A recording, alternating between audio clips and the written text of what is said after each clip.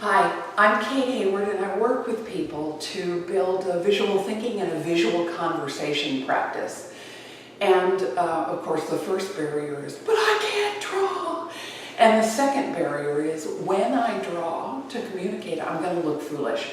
So I want to show you a way to put a foot in this world and absolutely not look foolish. In fact, you're going to look like one of these high-paid consultants from the Big Five. So, ready? All right, we're going to talk about on-the-fly diagramming.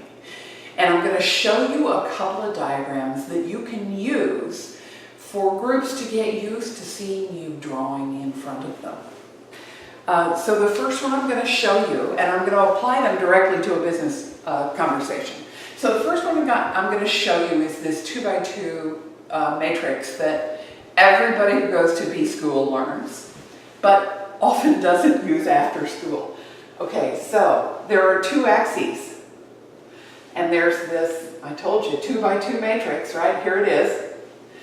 And so on this particular diagram, what I'm going to do is set up a conversation between developers and the business side, so development and business, about what features to include in a new release. So on this axis right here this is the value to the solution, because most products are offered as solutions to problems, either existing problems or problems that might come up in the future. And this here is ease of use. Because if a customer cannot use a feature right out of the box, then what you're going to get are the die-hard people who will dig in and bury themselves in learning until they know how to use a particular feature. You're going to have some of those.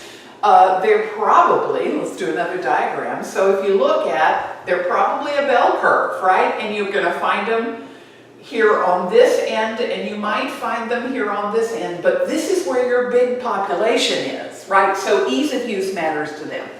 Okay, so now we're going to plot the features on this, and as each feature comes up, you can have a conversation about where it belongs on this diagram and what you need to do to move it into the, essentially the golden square, the golden quad. Okay, so one more diagram. I know you've seen all of these. It's time to pick them up and use them in your own practice. So let's look at the uptake on innovation as a Venn diagram. So this bubble here is what your customer loves about something. And it doesn't have to be the thing that that occupies your idea space. So this is your idea. Let's give it an actual filament. And this is what your customer loves. So what you need to figure out is what is the match between these things, because that'll increase your uptake. And again, these people will do this part, but these people are looking for the intersection. So let's talk a little bit about what your customer loves.